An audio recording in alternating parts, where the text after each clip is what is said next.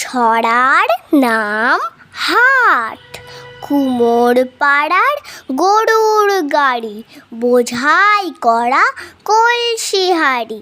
গাড়ি চালায় বংশী বদন, সঙ্গে যে যায় ভাগ্নে মদন। হাট বসেছে শুক্রবারে বকশীগঞ্জের পদ্মা পাড়ে।